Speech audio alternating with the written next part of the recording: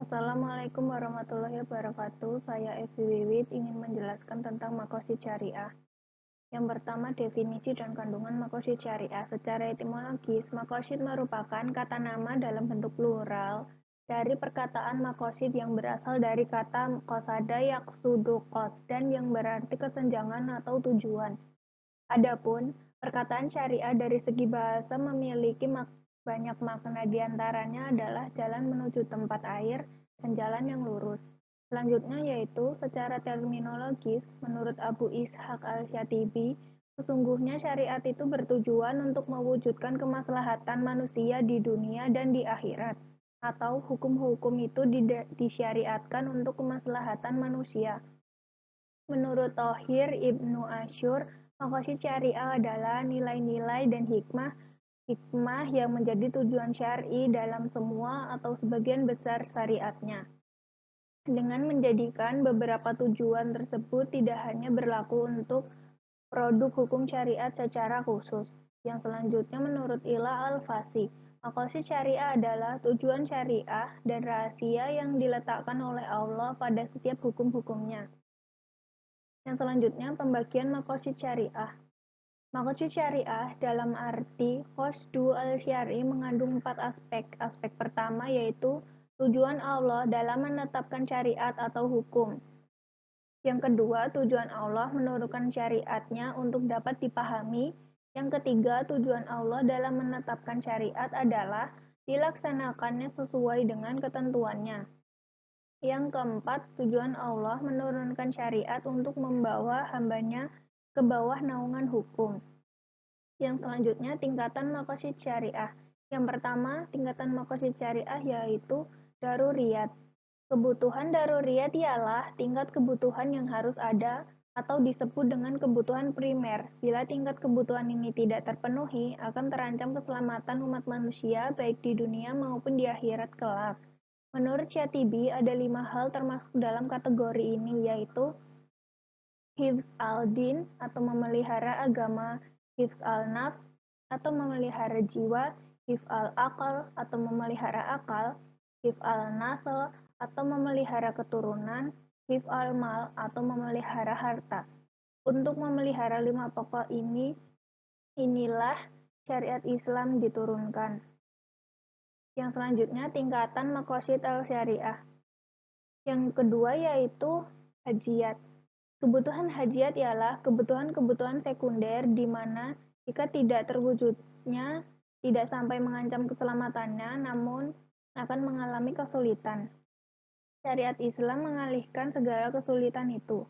Dalam lapangan ibadat, Islam mensyariatkan beberapa hukum rukhsah atau keringanan bila mana kenyataannya mendapat kesulitan dalam menjalankan perintah-perintah taklif.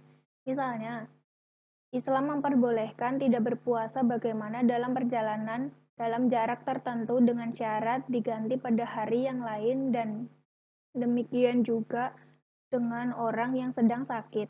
Kebolehan mengqashar salat adalah dalam rangka memenuhi kebutuhan hijayat ini. Yang selanjutnya, yang C, tahsiniyah. Kebutuhan tahsiniyah yaitu tingkat kebutuhan yang apabila tidak terpenuhi tidak mengancam eksistensi salah satu dari 5 pokok di atas atau tidak pula menimbulkan kesulitan. Tingkat kebutuhan ini merupakan kebutuhan perlengkap, hal-hal yang merupakan kepatutan untuk menurut adat istiadat yang sesuai dengan tuntutan moral dan akhlak. Jenis kemaslahatan ini lebih memberikan perhatian pada masalah etika dan etika. Masuk dalam kategori ini misalnya ajaran tentang kebersihan, berhias, sedekah, dan bantuan kemanusiaan. Kemaslahatan ini juga penting dalam rangka menyempurnakan kemaslahatan primer dan sekunder. Dalam berbagai bidang, Allah mensyariatkan hal-hal yang berhubungan dengan kebutuhan tahsiniyat. Islam menganjurkan berhias ketika hendak ke masjid, menganjurkan memperbanyak ibadah sunnah. Al-Syatibi menyimpulkan bahwa keterkaitan antara tingkatan-tingkatan makosid syariah dapat diuraikan sebagai berikut. Yang A. Makosid daruriyat merupakan dasar bagi makosid hajiyat dan makosid tahsiniyat. Yang B, kerusakan pada maqasid daruriyat akan membawa kerusakan pula maqasid hajiyat dan maqasid tahsiniyat. Yang C, sebaliknya, kerusakan pada maqasid hajiyat dan maqasid tahsiniyat tidak dapat merusak maqasid daruriyat. Yang D, kerusakan pada maqasid hajiyat dan maqasid tahsiniyat yang bersifat absolut terkadang dapat merusak maqasid daruriyat. Yang C, pemeliharaan maqasid hajiyat dan maqasid tahsiniyat diperlukan demi memelihara maqasid daruriyat secara tepat. Contohnya, yang pertama, memelihara agama dalam peringkat daruriyat, yaitu memelihara dan melaksanakan kewajiban agama yang termaksud peringkat primer seperti melaksanakan sholat fardu atau sholat 5 waktu. Apabila kewajiban sholat diabaikan, maka eksistensi agama akan terancam. Yang kedua, memelihara jiwa. Pada peringkat daruriyat adalah memenuhi kebutuhan pokok berupa makanan, minuman untuk mempertahankan keberlangsungan hidup.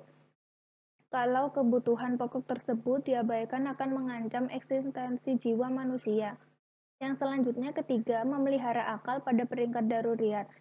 Seperti diharamkan mengkonsumsi minuman keras dan sejenisnya apabila ketentuan yang diabaikan, maka mengancam eksistensi akal manusia. Yang keempat, memelihara keturunan. Pada peringkat daruriyat, seperti anjuran untuk melakukan pernikahan dan larangan perzinaan. Apabila hal ini diabaikan, dapat mengancam eksistensi keturunan harga diri manusia. Yang kelima, memelihara harta pada peringkat daruriyat, seperti disyariatkan oleh agama untuk untuk mendapatkan kepemilikan melalui transaksi jual beli dan dilarang mengambil harta orang lain dengan cara tidak benar seperti mencuri, merampok, dan sebagainya. Apabila aturan tersebut dilanggar, akan mengancam eksistensi harta. Sekian dari saya. Wassalamualaikum warahmatullahi wabarakatuh.